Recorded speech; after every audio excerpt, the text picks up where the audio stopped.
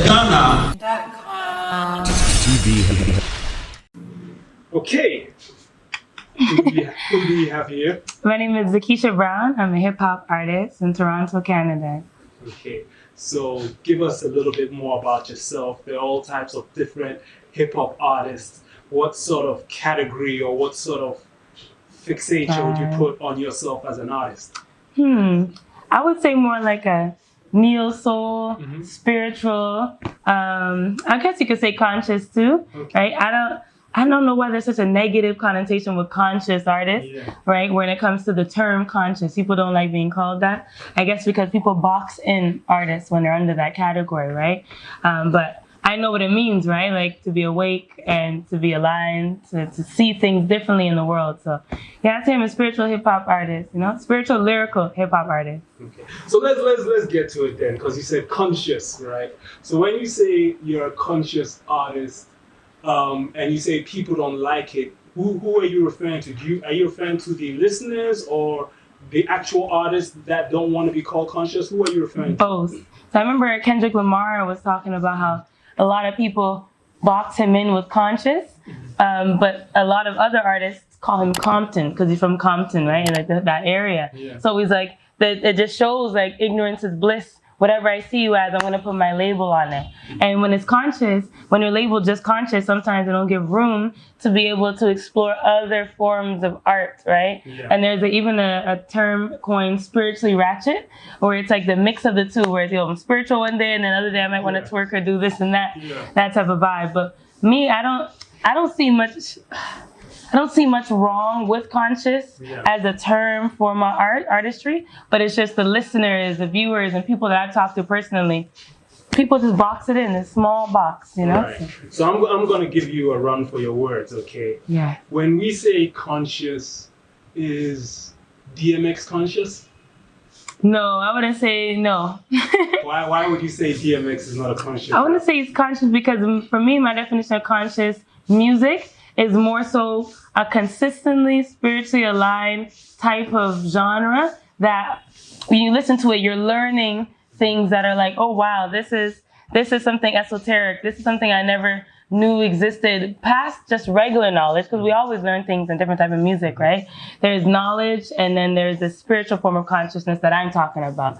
And when I label consciousness with music, I think of Common. I think of that spiritual soul hip-hop music that I'm learning something. I think of Mos Def, right? Where they're consistently aligned with that term, and Nas, right? Constantly has an underlying teaching spiritual aspect. But of course, he still has that other avenue of like that raw hip-hop, of course. But when it comes to majority versus minority of it, they're around that realm. So that's what I would say. Okay, so would you call Wu-Tang conscious rappers? I would say Wu-Tang, they're interesting. It's like an abstract conscious rapper. Yeah, I would say they're more abstract with it. They're not like directly in your face with the consciousness. But yeah, I would say the realm there. Because you see, I think the point I'm trying to get at is maybe there's a reason why the word conscious artist puts people off. Because conscious is, just going by definition, is a vast field of information. Right? Exactly. But you are sort of limiting it to sort of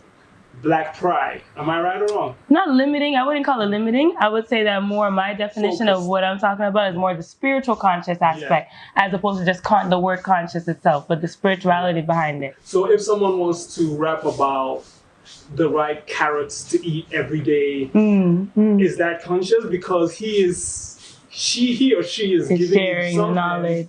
Yeah. Well, for me, it's the realm of the different topics that you're actually talking about spread amongst a period of time, right? And so if it's like, oh, you're just talking about carrots all the time, cool, you're conscious and talking about that. But I'm talking about the spiritual aspect of it, the knowing thyself. Would you call them conscious? I wouldn't call that conscious rapper. I'd call it a vegetation rapper, maybe.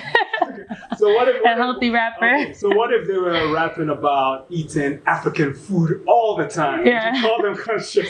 I guess, what would they be talking about? Like, oh, the power of it and what it does for the body and the minerals and the health? Then I would call that conscious. But if they did the same with carrots, it wouldn't be conscious. If they're talking about the minerals and the health and what it could do for the body, that could be conscious. But if it's just talking about I'm eating carrots, then no, that's not. I was just trying to get the really thin line to, because I've also had a fair share of listening to conscious music. You know, some of the best, as you said, Mos Def. There's the Talib Kweli's. There's the Dead Prez. Dead Perez. Oh, my favorite. Lauryn Hill and what have you. Exactly. But from my experience, what I've also noticed is that there were a lot of rappers who were sort of conscious, but it didn't always reflect on their general persona. In the music or? In music, oh, right. Okay. I mean, if we go back in the days, like when NWA was the bomb, yes, no one ever saw them as conscious rappers. Yeah. No one. Not one soul on earth thought, this is good for my kids. Yeah. Right. But their song, Fuck the Police, has been like one of the the trademark songs for the Black Power movement. And that's because they talked about an experience that was very real. Yes. And to believe that a group that focused so much on smacking the B word and shooting the N word and what have you, now are timelessly the group that made the most conscious song, because they were talking against the police that were in opposition to the Black community. Exactly. So you have a lot of consciousness in music, but it's based on their own reality. And so this is why I wanted to get your definition of consciousness, because everyone in their own field is sitting down telling themselves, I am conscious. Just because you are Afro hair wearing, go back to Africa, doesn't mean you are conscious more than me. So I think some artists who don't fall in the Mos Def and the Dead Prez category feel offended when artists like you say, hey, I'm the conscious rapper and you rapping about carrots. You're not the How do you feel about that? Well, for one, I feel like there's a difference between a conscious artist and a conscious song, right? So with NWA, they had that conscious song, but I don't think they would even categorize themselves under conscious rappers or artists like that. I would say for me personally, I don't mind being categorized under that, because even if people put me in that box, that's their reality. But I will break the box, I will break the mold and step out of that box regardless, right? So I wasn't necessarily saying, oh, I'm the conscious rapper and you're not. I'm just giving the definition of what I feel, the consciousness and spirituality of why I call myself, or could call myself, that conscious rapper, versus just having a conscious song once in a while, you know? So I guess it depends. For me, it's the time period and length of time in which you do spit what you spit, right? So for example, with Tupac, if you do the ratio, right, of like some of the music that he did and other music that he did, right? He honestly, in my opinion, was like a balance, right? And what that that term that's coined now is spiritually ratchet. Like I think of him when I think of that balance, right? But when it comes to a long period of time, like Dead Prez, every song, they're just known conscious rappers, right? Because I do a time ratio of, all right, this is your consistent level of consciousness, versus Biggie. Okay, you might have a 1-2 empowering Black song, but I don't think under the conscious category. But doesn't mean you're unconscious, like you're sleeping and you're slow, just because you don't have such so-called conscious music. I just think my definition would be, what's the time period of how long you're doing this type of music for, you know?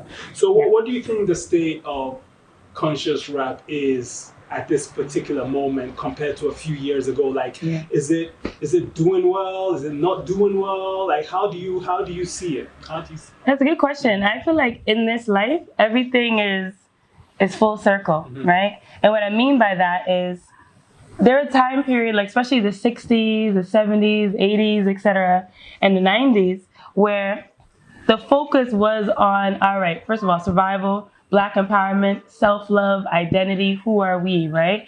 And right when racism and prejudice and sexism became a little bit more subtle, like swept under the rug, not healed, but just swept under the rug, that's when other types of music came out, and we almost forgot, like, wait a minute, this is why they did the music they did. Because police brutality was in our face back then. Like, there was no subtlety about it, right? So now that full circle, once again, sorry, I feel like something biting me, maybe mosquito.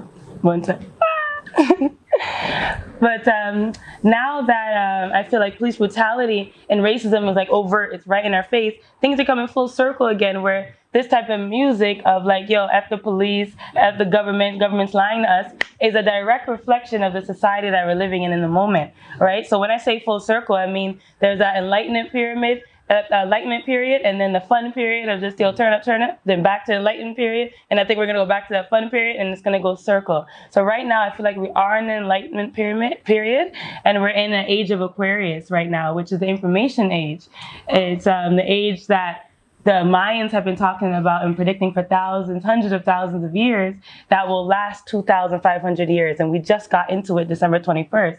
And that is literally the information age, the spiritual awakening age, where people become more open-minded, get more empathy as well, become more empathetic, more patient, more understanding with each other. We see more of a unification happening with society and the world as well.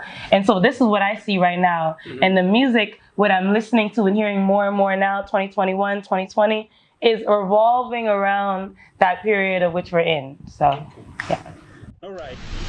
FashionGHANA.com. TV. I came to slay, 100% African. fashion.